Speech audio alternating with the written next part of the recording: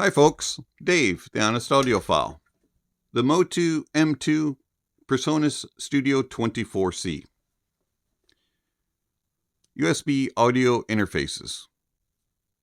Do they make for good, daily, everyday listening DAC amps?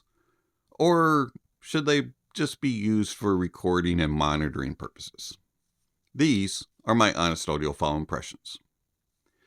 So I've been told many a time through comments and through conversations on different forums and servers and websites that USB audio interfaces should be used and can be used as an everyday listening DAC amp. And okay, if you say so, sure, was my response. And I never really put any thought to it. But then I decided one day that maybe I should put this theory to test. And so I went out and purchased myself a Motu M2 and a PreSonus Studio 24C. Now, this video is not going to be in regards to any of the recording and interfacing capabilities of the M2 or Studio 24C. So if you came to this video looking for a full review of all of its capabilities with regarding programs and mixing and monitoring and microphones and all that kind of stuff, I'm sorry to disappoint. This video is only going to focus on using the M2 and the Studio 24C as a DAC amp for everyday listening. So, the M2 and the 24C, they both are built fairly well and don't take up much space. They're both bus powered, so you have USB input only, and then you have a couple outputs, and you have a MIDI input and output on the M2, and then on the PreSonus, same thing, USB in, MIDI in and out, and then 1/4-inch TRS and your headphone out on the back. Everything else is pretty much the same. Both of them, you have a little LED screen in which you can see your right and left channels bounce up and down as music flows. All right, so in regards to the actual build and layout, I like the PreSonus better.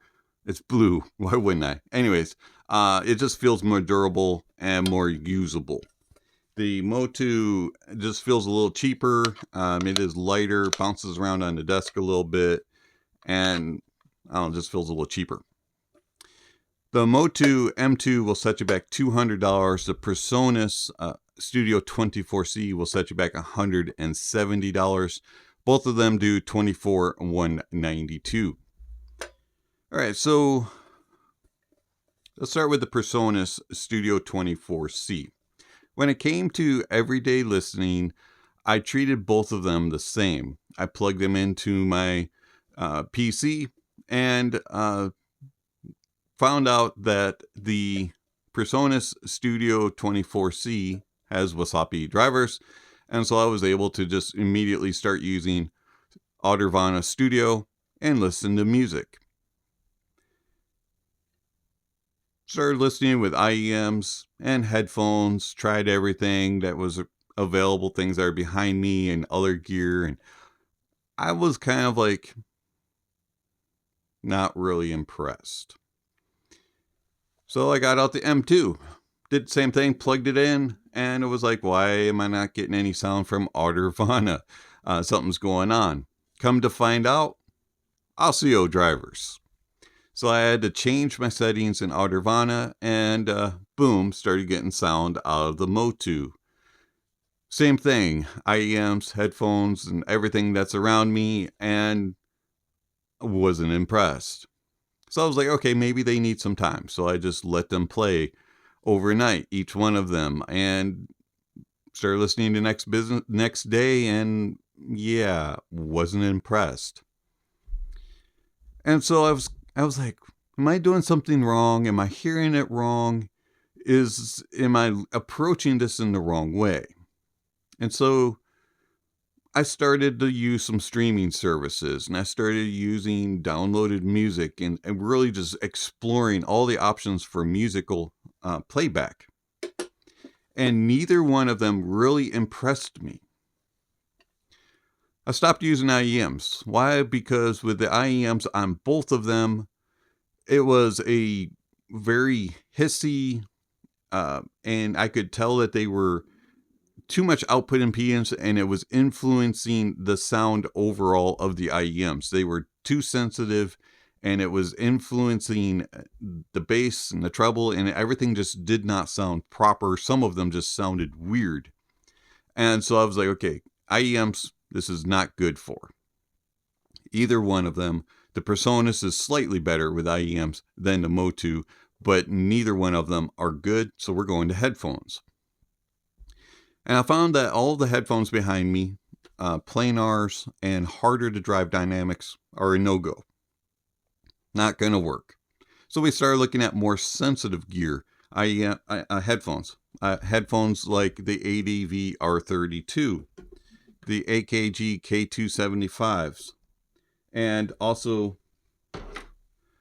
the Rode NTH 100. And I started listening. And I was like, this is a little bit better. At least they're tolerable. I'm not getting a bunch of screeching in my head, not a lot of hissing and popping and all kinds of other noises that shouldn't be there. At least I can listen to music. I tried a headphone, the Austrian Audio HiX60. And the HiX60 did not play very well. It was actually a little too demanding and a little bit too hard to power for both. I could go almost full volume on both with the HiX60s from Austrian Audio and not damage my hearing. It was loud, but not beyond my normal listening levels. And it just wasn't getting the drive and the overall presentation that they normally present. So both the M2 and the Studio24C are very, very underpowered. The M2 does have a little bit more power than the Studio24C.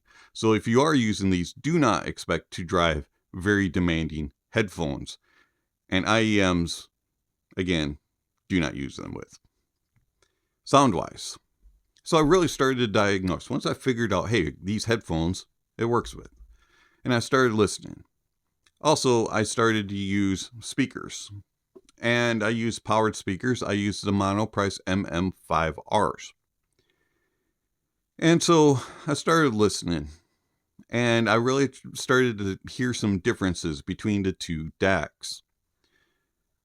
The PreSonus Studio24C. The PreSonus Studio24C has a natural tone and timbre to it. Has a little bit of body and a little bit nice note weight and density to the overall sound. Has a little bit of slam and punch in the bass, but not a whole lot. It's just accurate with details and gives you just enough of the presentation.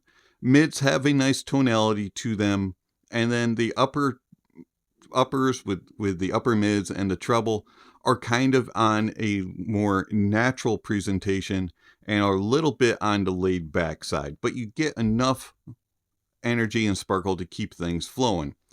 Overall, the PreSonus Studio24C has a very natural tonality and good timbre to it. Whoops.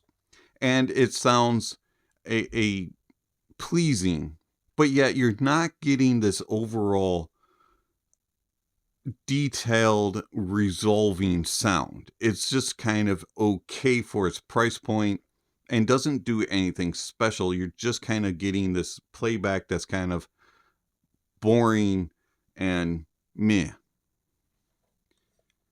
The Motu M2 is a very lean and thin note weight, and it doesn't have a lot of impact in the bass. You get a lot of detail. And through the mids, again, it's very lean, very thin sounding, and the treble is lifted and elevated.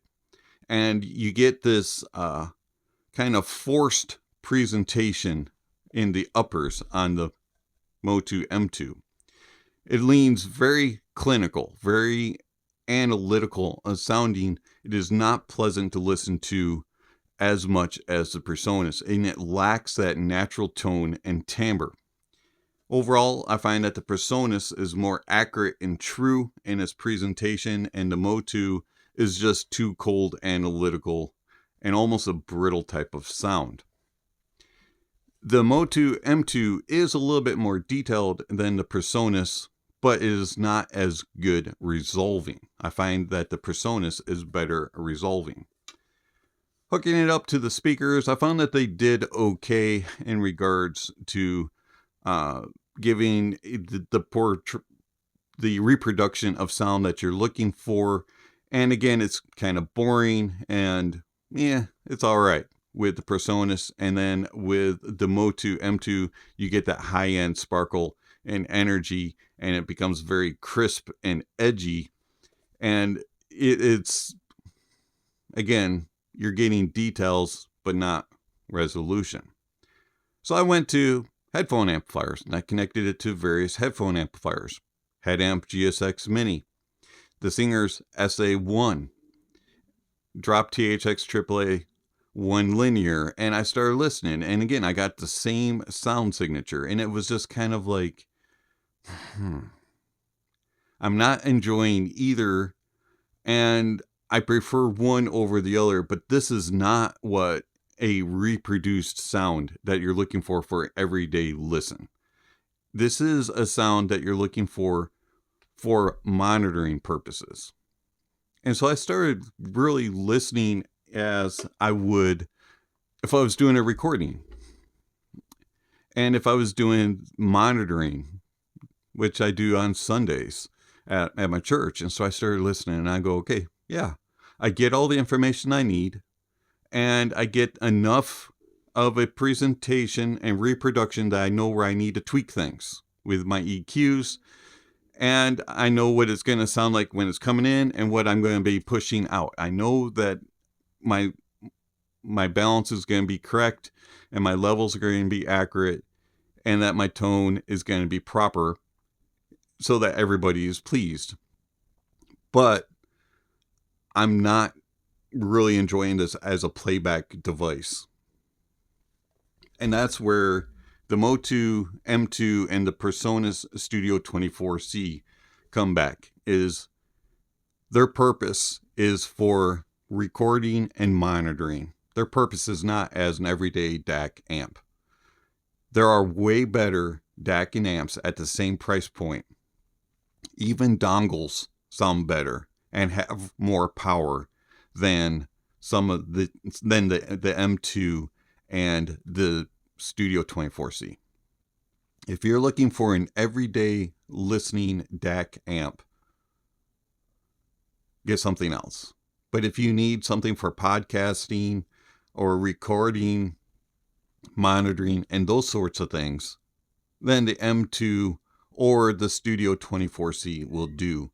I would prefer the PreSonus Studio24C if I was looking for a recording and monitoring device between these two.